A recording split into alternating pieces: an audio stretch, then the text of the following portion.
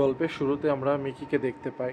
Mickey 17 একটি movie যা ভবিষ্যতের অন্ধকার আর মানুষের পরিচয় নিয়ে গভীর প্রশ্ন তোলে।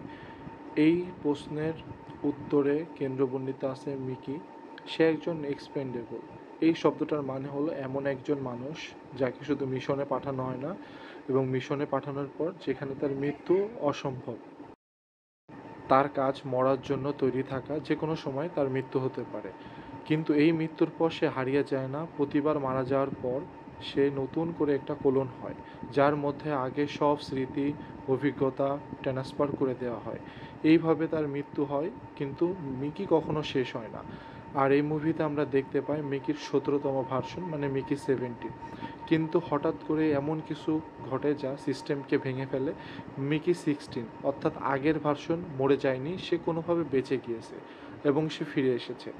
এখন এই এক গ্রহে একই সময়ে একইভাবে দুইজন মিকি, একই স্মৃতি, একই অতীত, একই মানুষ, একই সব কিছু।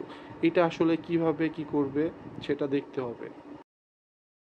এখন এক গ্রহে একই সময়ে রয়েছে দুইজন মিকি, যেখানে কিভাবে তারা কাজ করবে, কিভাবে তারা মরবে, কিভাবে তারা বাঁচবে, এই আসল প্রশ্নের উত্তরে শুধু সায়েন্স না, কোলন নয়, এর উত্তর লুকিয়ে আছে মানবিক অনুভূতি, অস্তিত্বের টানাপোড়েন, যেখানে আত্মার গভীর রয়েছে, যেখানে একদিকে কোম্পানি চাইছে সব কিছু তার নিয়ন্ত্রণে রাখতে, অন্যদিকে মিকিরা বুঝতে পারছে তারা শুধু কোলন না, তারা মানুষ, তাদের অনুভব আছে, ভয় আছে, ইচ্ছা শক্তি আছে।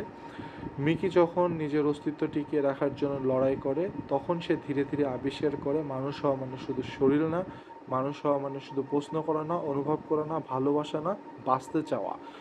এই মুভি শুধুমাত্র একটি সায়েন্স ফিকশন অ্যাডভেঞ্চার না, এটি আসলে এক ধরনের দর্শন, যেখানে আমরা জানতে পারি প্রযুক্তি কতটা এগিয়ে গেলেও একজন মানুষ, তার আত্মা, এটি কি সত্যি কপি করা সম্ভব কিনা। এইভাবে মুভিটা শেষ হয় এবং শেষে একটা প্রশ্ন থেকেই যায়, একজন কোলন যদি ভালোবাসে, কাঁদে, স্বপ্ন দেখে, তাহলে সে কি কেবল একজন প্রোগ্রাম নাকি সত্যিকার মানুষ। মিকি 17 একদিকে যেমন থ্রিল, অন্যদিকে গভীরভাবে ভাবায় আমাদের অস্তিত্ব নিয়ে। এখানে যদি তুমি থাকতে তাহলে তুমি কি করতে?